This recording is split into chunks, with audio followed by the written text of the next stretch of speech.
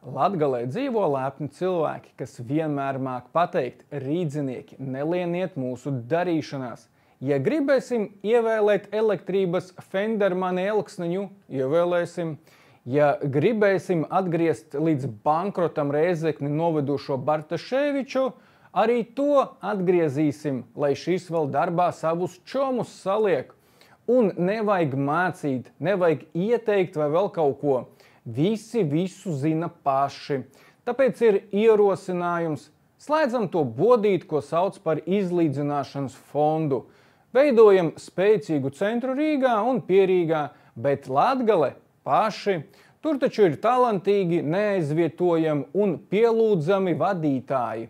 Redzat tabulu?